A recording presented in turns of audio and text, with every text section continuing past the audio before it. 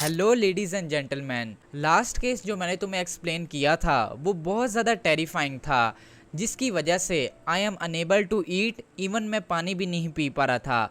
But now I am back और चलो आज का केस शुरू करते हैं। इन मई 1999 एक 14 साल की लड़की पुलिस स्टेशन बहुत ज़्यादा घबराई हुई पहुंचती है।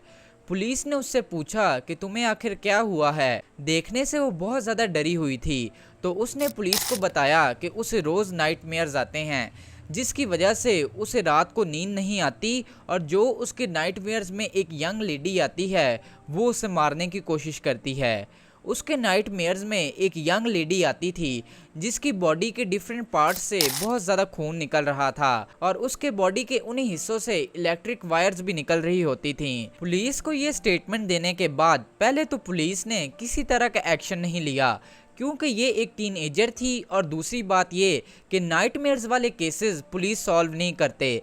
लेकिन जब उस टीनेज लड़की ने बताया कि जो यंग लेडी मेरे ख्वाब में आती है उसे मैंने और 3 और लोगों ने मिलकर टॉर्चर करके मारा है, तो पुलिस वाज इन शॉक। और इस केस में जो सबसे टेरिफाइंग बात है वो ये है कि विक्टिम को टॉर्चर करने के बाद उसकी बॉडी से जान छुड़वाने के लिए बॉडी के पीसेस कर दिए गए और उसका सर एक डॉल में डाल दिया गया, जिसके बाद उस डॉल को उसी अपार्टमेंट में छोड़ दिया गया। So ladies and gentleman, today we are going to investigate the case of Fan Man यी।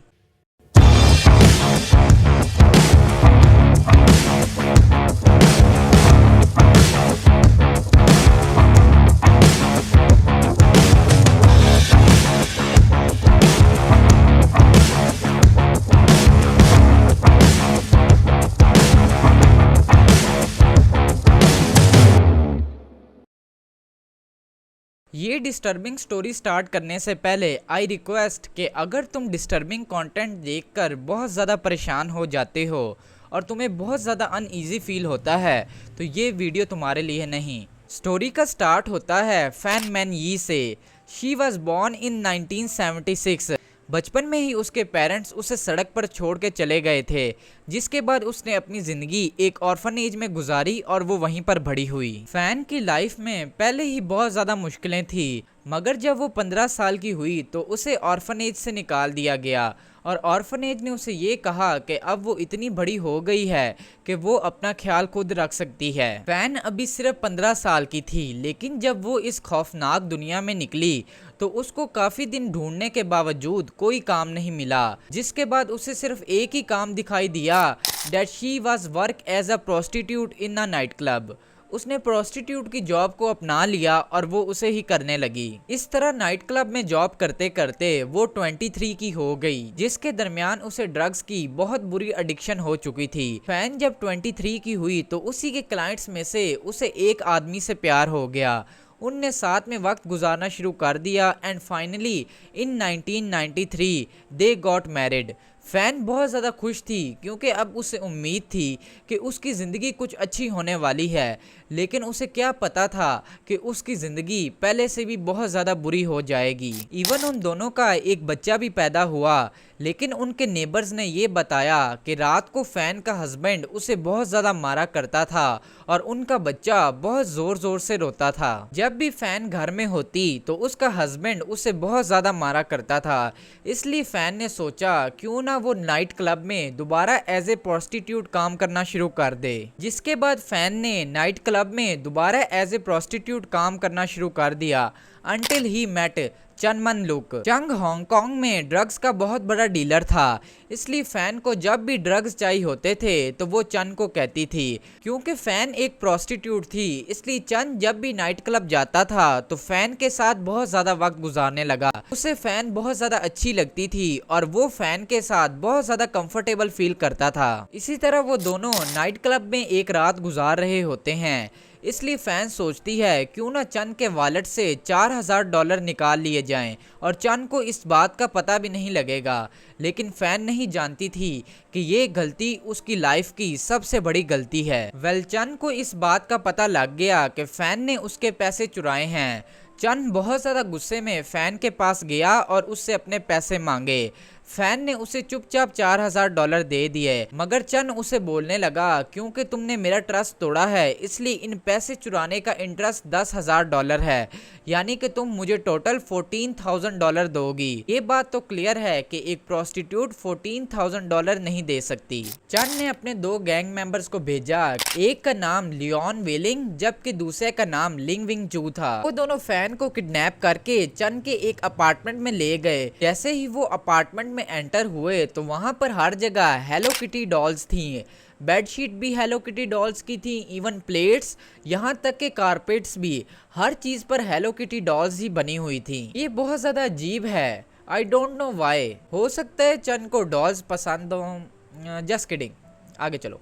सो back to the story. Starting में चन और गैंग के 2 मेंबर्स पूरा दिन फैन का रेप करते रहते। मैंने इस बारे में बहुत ज़्यादा सोचा कि ये कितना ज़्यादा डिस्कस्टिंग है, क्योंकि फ़ैन भी हमारी तरह एक इंसान थी। बट आई डोंट नो कि लोग आखिर इस तरह मॉन्स्टर क्यों बन जाते हैं। इतना बुरा करने के बाद उन तीनों ने सोचा कि 1 मिनट इतना काफ़ी नहीं, इसको टॉर्चर करने के लिए और भी तरीके अपनाए जाएं। जिसके बाद उनने फ़ैन को इतना ज़्यादा मारा कि उसकी बॉडी पर हर जगह निशान बन चुके थे।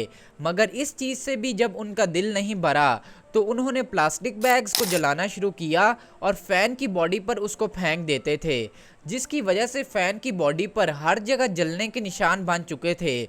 उसकी बॉडी के सारे हिस्से बहुत बुरी तरह जल चुके थे। इतना बुरा होने के बाद फैन उन तीनों से माफ़ी मांगती रही, लेकिन उन तीनों ने कहा कि ये तुम्हारे लिए काफ़ी नहीं, अभी तो सिर्फ ये स्टार्ट हुआ है। इस सारे टॉर्चर में एक 14 साल की लड़की भी थी जो कि चैन की गर्लफ्रेंड थी। ये वही लड़की है जिसने स्टोरी के स्टार्ट में पुलिस स्टेशन में आकर कंप्लेन की थी। बट उस वक्त जब फैन को टॉर्चर किया जा रहा था, टॉर्चर करने में ये भी उनके साथ थी। इवन ये टॉर्चर को बहुत ज्यादा इंजॉय कर रही थी। जिस दिन फैन को किडनैप किया गया उसके बाद एक दिन भी फैन को खाना नहीं दिया गया।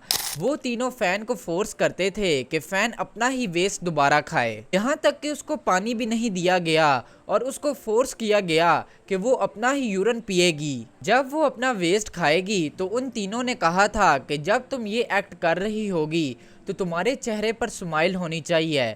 अगर हमें ये फील हुआ कि तुम इस एक्ट को एंजॉय नहीं कर रही तो वो वहाँ से एक मेटल रॉड लेकर आते थे और फैन के सर पर 50 दफा उससे मारते थे। जब फैन अपना वेस्ट खा लेती थी तो वो उसके हाथ इलेक्ट्रिक वायर से बांधकर सीलिंग के साथ बांध देते थे, जिसके बाद वो उसको as a boxing bag use करते थे। जब फैन जख्मों से तड़प रही होती थी तो वो लोग बहुत से मिसालों को मिक्स करके एक पेस्ट बनाकर लाते जो कि फैन के जख्मों पर लगा देते थे, जिसकी वजह से फैन को इतनी ज्यादा पेन होती थी और वो वहां पर तड़पने लगती थी। After the 1 month of tortures, एक रात गैंग मेंबर्स को बहुत ज्यादा भूख लगी हुई थी, इसलिए उन्होंने फैन को बाथटब में बांध दिया और बाथरूम का दरवाजा लॉक कर दिया था। जब वो खाने का सामान लेकर वापस आए और उन्होंने बाथरूम को जाकर चेक किया तो फैन बाथटब में मर चुकी थी। She died on April 14, 1999। जब सारे गैंग मेंबर्स ने देखा कि वो मर चुकी है तो उन्होंने बाथरूम का दरवाजा दोबारा लॉक किया और दूसरे रूम में वीडियो गेम खेलने चले गए। 3-4 घंटे गुजरने के बाद चंद ने दूसरे गैंग मेंबर से कहा कि पूरी बॉडी को छुपाना बहुत ज़्यादा मुश्किल है, इसलिए बेहतर ये होगा कि पूरी बॉडी को बहुत से पीसेस में कट कर लिया जाए। इसके बाद चंद ने बॉडी को काटना शुरू किया। बॉडी के बहुत से पीसेस बॉईल करके गार्बेज में फेंक दिए और कुछ कुत्तों को खिला दिए, जबकि वो पीसेस जो कि बहुत ज़्यादा बड़े थे उनको फ्रिज में रख दिया। फैन का सर बहुत अच्छी तरह उबालने के बाद वहाँ पर एक बहुत बड़ी हेलो किटी मरमेड डॉल पड़ी हुई थी। तो चंद ने सोचा क्योंकि इस डॉल का साइज बहुत बड़ा है इसलिए फैन का सर इसके अंदर डाल देते हैं। इस केस में सबसे डिस्गस्टिंग चीज़ ये है कि गैंग मेंबर्स को काम किए बहुत ज़्यादा वक्त हो गया था, इसलिए उन्हें बहुत ज़्यादा भूख लगी हुई थी। तो उन्होंने वही बर्तन इस्तेमाल किए जिसमें फ़ैन के पीसेस बॉईल हो रहे थे। जिन बर्तनों में फ़ैन के पीसेस बॉईल हो रहे थे उनने उसी में नूडल्स डाली और नूडल्स को बनाकर खाना शुरू कर दिया। उस 13 साल की लड़की का नाम फोंग था। जब फोंग ने पुलिस को रिपोर्ट की और पुलिस उस अपार्टमेंट में गई तो उन्हें एक लार्ज मरमेड डॉल दिखाई दी जिसमें से फैन का सर और उसका एक दांत मिला था। इवन फोंग उस क्राइम में इन्वॉल्व थी, लेकिन उसने पुलिस को सब कुछ आकर बताया था और उसे सारे एविडेंस दिए थे, इसलिए फोंग को उसकी एज की वजह से माफ कर दिया गया। पुलिस ने चन और बाकी गैंग मेंबर्स को अरेस्ट करके कोर्ट में पेश किया। कोर्ट में डिफेंस ने कहा कि फैन टॉर्चर की वजह से नहीं मरी, बल्कि फैन ड्रग्स ओवरडोज की वजह से मरी थी। चैन ने ये स्टेटमेंट दी कि फैन की डेथ के वक्त मैं उसके साथ ही था, क्योंकि वो ड्रग ओवरडोज की वजह से मर गई थी, इसलिए मैं बहुत ज़्यादा डर गया था, जिसकी वजह से मैंने फैन के बहुत ज़्यादा पीसेस किए और बॉडी को छुपाने की कोशिश की। मैंने उस पर किसी तरह का टॉर्चर नहीं किया। ज्यूरी को भी फोंग की स्टेटमेंट पर यकीन नहीं हो रहा था, क्योंकि वो सोच रहे थे कि कोई इंसान आखिर दूसरे इंसान के साथ ऐसा कैसे कर सकता है। एट लास्ट सब लोगों को अब ऑटोप्सी रिपोर्ट का इंतजार था, मगर फैन का सिर्फ सर मिला था, जिसकी वजह से कॉज ऑफ डेथ का पता नहीं लग सका। दिसंबर 2000 को तीनों गैंग मेंबर्स को लाइफ इन प्रिजन की सजा मिली, जिसमें वो अगले 20 साल तक पे रोल को अप्लाई नहीं कर सकते। यहाँ पर तुम लोग सोच रहे होगे कि उन तीनों गैंग मेंबर्स को आखिर डेथ पेनल्टी क्यों नहीं मिली। उसकी वजह यह है कि हांगकांग में डेथ पेनल्टी बैन है। आज भी वो तीनों जिंदा हैं और हांगकांग की जेल में अपनी जिंदगी गुजार रहे हैं। तो आज का केस यहीं पर खत्म होता है। Thank you so much for listening me and don't forget to subscribe my channel if you like the video. Keep your family close to you and take care of self. I will meet you very very soon in the next episode. तब तक के लिए bye bye.